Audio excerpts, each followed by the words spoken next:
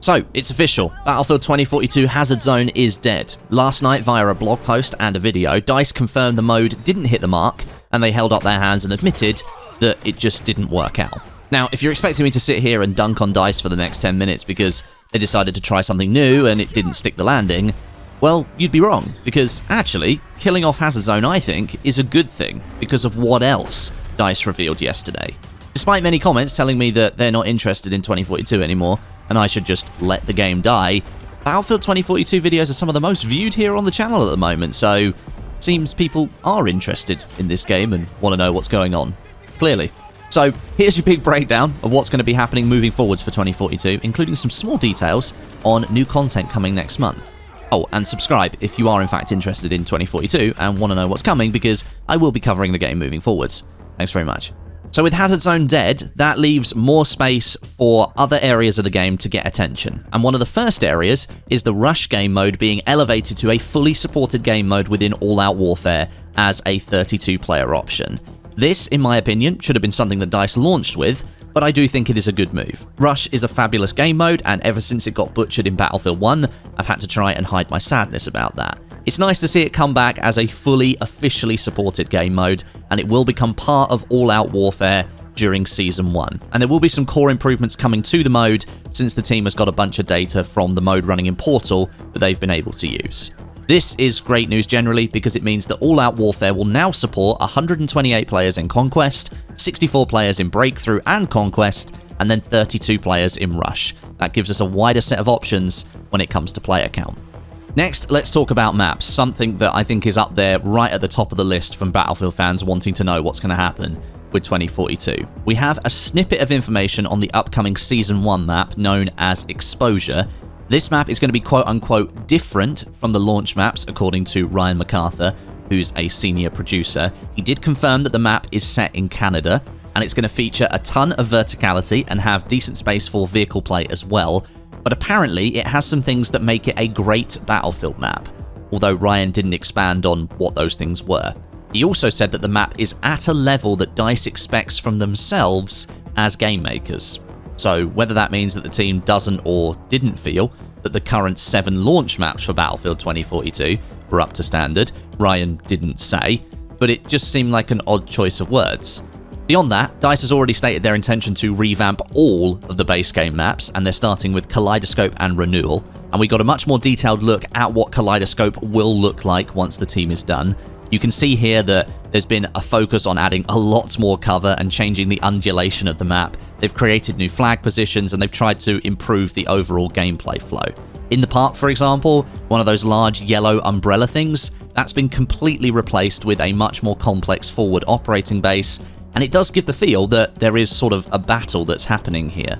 Across the updated locations, there's been plenty of new additions of scarring and destructible cover, which is something that DICE says comes as feedback from the community. The look and the feel of the map does seem to be improved, but my main concern is the timing. According to Ryan, Kaleidoscope's rework isn't arriving until late in Season 1. And that seems painfully slow considering the issues with Battlefield 2042's maps have been there for all to see since the launch date of the game, which is what, 7 months ago now? Renewal, the other of the first 2 maps to receive this makeover, that revamp won't see the light of day until Season 2, which probably won't start until September. So is DICE literally just doing 1 map rework and then 1 new map per season? If so, that's rather disappointing in terms of timescale, and I don't really think that's going to reinvigorate players to return to the game. 1 new map, of course, that's exciting for most people, but I think we can all agree that the base game maps for Battlefield 2042 were some of the worst launch maps in the history of the franchise, and there's just not much exciting going on there. If all 7 maps, or maybe 3 maps, were done in one season and 4 were revamped in another, I think that would reinvigorate people to come back and try the game, but if you're just doing 1 per season, I don't think that's enough. One bonus, however, to try and compensate for that, I think, is that some of the maps only available in Portal at the moment, those will be making their way into All Out Warfare and become part of the game mode rotations over there. So we may end up seeing Valparaiso and Arica Harbor come in and be supported as rush maps in All Out Warfare, and maybe we get Caspian Border and Noshar Canal supported as conquest maps. That will be happening in Season 1. We don't know which of the maps will be supported and which won't, but I think that is pretty good news. In a sense, it's recycling the content that's already there and repurposing it, but bringing more of that content into one place without having them split across these different pillars in the game. I think that's a good thing. Now, let's move on to something slightly more contentious, the specialists in 2042. I'm going to play you the clip from the video because Ryan gives you a really good overall position that DICE is in at the moment with the specialists and where they're planning to go with it. On a big area that we want to address today, and that's specialists. Yeah, and I mean, I think, we've talked about this a lot. I think, this isn't the easiest topic, but I think that the key for us is that we've heard you. And I think, when we look at this, the feedback we're getting, I mean, these have both been polarizing, but they've also been confusing. There's that sort of disconnect between the quips you hear from these specialists, and they don't quite fit, and they break the immersion for players, which has always been core to Battlefield. They're too pristine, right? So we need to, they need to be dirty, they need to be gritty. How do we fit that in? So what you're going to see in the specialists is improved VO that kind of really fits them in the world. Body postures to sort of make them sort of fit in that Battlefield character that we're trying to create. When it comes to we're bringing these changes and improvements to the gameplay side of our specialists, I mean, this is something the team is still very focused on. We're just not yet in a space where we can share the final plan. As we shared earlier this year, we've set out on the task of finding ways to better mesh these into our core gameplay loops, better communicating how these fit into the class structure of 2042, which was always our intent. The things that are stopping us from moving, doing these changes sooner is to making sure that we can still deliver the key content that our players need and address all the other changes that you need to make. We know that what we have in the game today can be improved. We've taken the expectations that our players have and they've shared with us, and we want to make sure that we can deliver on that at the best possible quality. I mean, we're not walking away from specialists. They're a key part of 2042, but we need to make sure we get it right and we can deliver to our players what they deserve. So yeah, they're not quite ready to change specialists just yet, but the updated visuals that we saw for McKay and Boris, those are definitely more tonally aligned with what we all thought 2042 was going to be, thanks to the darker, grittier marketing that the game got. And some updated voice lines as well, which is good news. I've got an example here from Angel. They definitely sound more aligned as well. Look at this serious team, hey? Let's have fun. You need supplies? I'm your man. There is going to be one of those core feedback loops for specialists that's going to be happening in the future. It sounds like these specialist changes are not going to make it into Season 1. This seems more like a Season 2 thing, which again is disappointing when it comes to timescale because we are already 7, nearly 8 months after launch, and the issues with specialists have been there since day one. But I guess DICE do confirm in their blog post that they didn't want to make a change that would impact other things that they're working on and end up delaying other content for the game. So I can understand their reasoning for it taking this long, but it's disappointing to hear that this is still going to take even longer amounts of time until specialists are maybe in a position that people can accept them as part of Battlefield 2042. And DICE did confirm specialists are not going away, they will just be changed in their implementation. Next, weapon and gameplay improvements. DICE has taken on the feedback from players who suggested that weapons from Battlefield Portal be added into the main all-out warfare segment to bolster the rather weak offering of weapons that the game had at launch. Now, certain weapons from Portal will be coming to all-out warfare in the future, but again, DICE has stated that this will take some time to do, making sure the weapons properly link into the progression system and that they're balanced into the 2042 gunplay system as opposed to the other game systems that are present in Portal. Those guns that do make it across will also be supported with the mastery and cosmetic flourishes that 2042 has, so they are doing the additions properly. Disappointing again that we're not about to imminently see the release of these things, but the mantra is that they're trying to do it right the first time, unlike the entire launch of Battlefield 2042.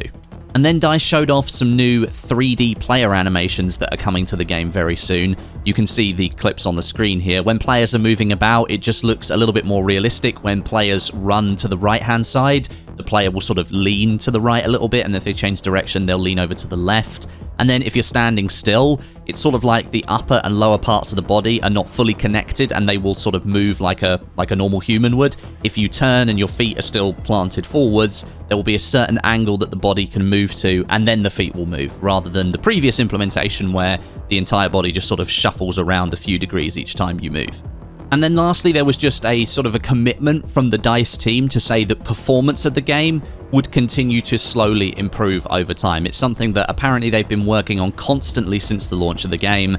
They knew that performance wasn't where it needed to be. It didn't meet their expectations, and it didn't meet player expectations either. They were mainly talking about the PC side of things, but I know that players on console have had various stuttering problems, and sometimes you get mega frame drops on certain platforms. So if they are focusing on performance in general across all the platforms, then that's great. I will say that since the 4.0 update, that the game does perform a lot better for me. Let's not talk about 4.1, which introduced those CPU spikes, but to be fair, they did fix those very quickly. Performance has improved since launch. It has got better, so they've still got a long way to go, but it's good that they're focusing on it.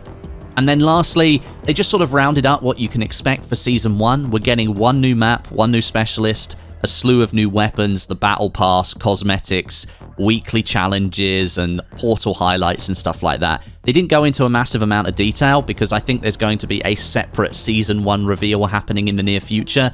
They have said that Season 1 will start in early June. No doubt we'll get some kind of trailer for the map and the weapons and what we can expect. It'll probably happen in a couple of weeks, I'm guessing. But yeah, that's about it. Everything that you sort of need to know about Battlefield 2042 moving forwards at the moment. This was a really good bit of communication from the development team. My takeaways is that they're moving in the right direction, but that it's still taking a really long time to get to that point that they're going to be happy with the game. I'm not sure those timescales are going to work for most of us in the community. I'm certainly disappointed that it's going to take that long, considering we've already had to wait as long as we have for things to improve. But I guess we'll just have to see. And like I said at the beginning of the video, I will still continue to cover this game on the channel. I know there's a lot of you out there that want to know what's happening with Battlefield 2042. And, you know, even though that the game hasn't done that great, there's still part of me inside. I'm a Battlefield fan. I want to see this game do well at the end of the day. So if it can make a recovery and it does come good as a decent game to play, then that'll be great. But thanks very much for watching, and I'll catch you all soon.